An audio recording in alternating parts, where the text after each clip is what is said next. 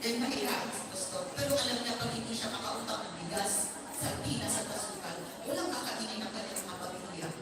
Hanggang may yung incheck na awa kay Pastor, pinigyan siya. At yung kabutihan na yun ang tumimo sa puso ni Pastor. Kaya sabi niya, Ama, pag ako pinagpala mo, pagpapalain ko rin ang iba. I-share ko yung pagpapala ko sa lahat ng mga nangangailangan.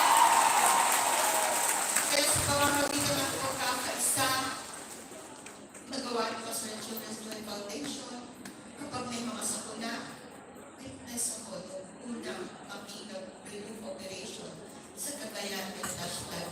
Sunday, dapat may worship kami, tumawag si Pastor, may baha sa Cagayan. Kung alam mo, may baha ka pala, pero alam mo, Pastor, pagtulog tayo. Kaya, tawagan kami, agad kumuha ka ng mga bigas, mga timba. First time, kumamit ng timba kasi alam mo, baka makakailangan sila. Nagay namin ganun, nagtak kami lahat. Hanggang alauna ng madaling araw. Nag-deploy na kami ng bus.